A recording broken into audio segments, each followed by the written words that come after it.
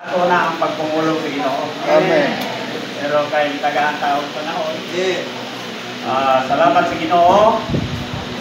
Bisan pa naata sa kaliwala sa kasukanan. Natural, because we are human, we feel kanang kasubo, no? Mga kadreksyon, mibiya na. Physically, mibiya na siya kanato.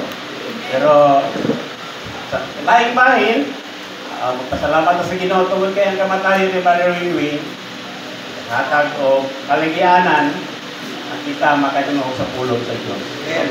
Ang pulong, sumalasak na dumong ganina, ang pulong, pagkatod na to sa pagkahamto sa kinabuhi.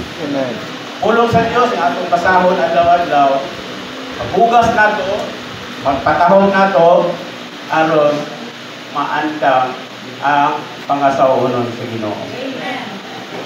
Salamat sa Ginoo. Na-impress ko sa distriction ganyan nga kung ikaw sa katao, kailangan mo kang Kristohanon. Dahil kita mga Kristohanon. Tungod kayo nakadawata sa kinabuhi sa Diyos. Karong panahon na, kung ingon tag Kristohanon, murag kuano kanang common lang siya na term, as long as you are not an Islam, you are Christian. But in the Bible, Christian means nakabaton ka sa kinabuhi ni Kristo. Himo kang sanga, mga sanga ni Kristo diya sa John chapter 15. Amen. Then, kung man kami mong gusto anon, kay sunod, naman nata sa pahiwalay sa Ginoo. Anong ginawa manas sa pahiwalay sa Ginoo? Tungod kay ang Kristyanidad karon na unlod. Walay paglaom ang Dios nga makabaton og usa ka lawas. Walay paglaom ang Dios nga makabaton og usa ka grupo sa katawhan nga mahimong pangasaonon ni Kristo.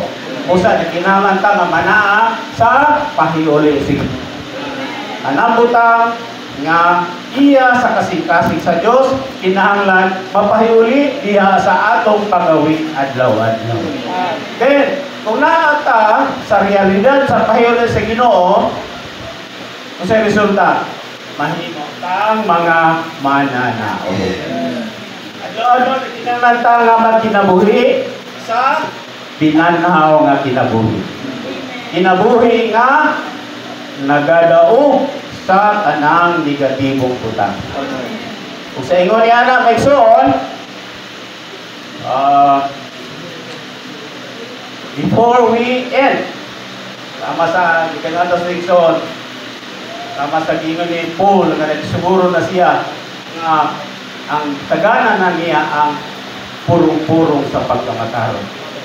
So, karon we still have a chance. Amen. Adlaw-adlaw, magkunta sa panagatigo. Nung ko sa bagong term, ganyan nga, ang usa ka iglesia ng kinabuhi, usa ka beauty parlor. Tinood yun, no? Nabasa na ako ni nakita na ako ni sa video ni Brother Juros, no? Na ang iglesia ng kinabuhi, mo patahog ka na to. Kanina, yung piso sa term nga, just like it's the beauty parlor. So for us to be beautified, for us to be prepared as a bride, we need to come to the church life.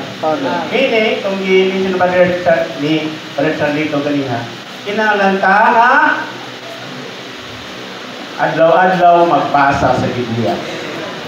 So, wag mo kapasa sa kanyang ginos nga 15 minutes sa buntag, 15 minutes sa unto, 15 minutes sa paggabi. Kuan ko, natandog ko sa pamit niya ko. Kung nakakaana yung pagkinabuhi, may so, sigurado, yun, nga, matas for mata. Yan, sa itong Morning Revival, ang samputanan sa pagtransforma, mao ang pagkakamto sa kinabuhi. So, dili lang mo may so, no? Dili lang kayo manugay kay maulit may din, ang Tagalanaw, murag, kapod-puwi ka sa biyahe. Salamat sa Ginoo. sa iyang kahigayunan, nagkayaan sa panahon, alang sa iyang pagpamol. Amen.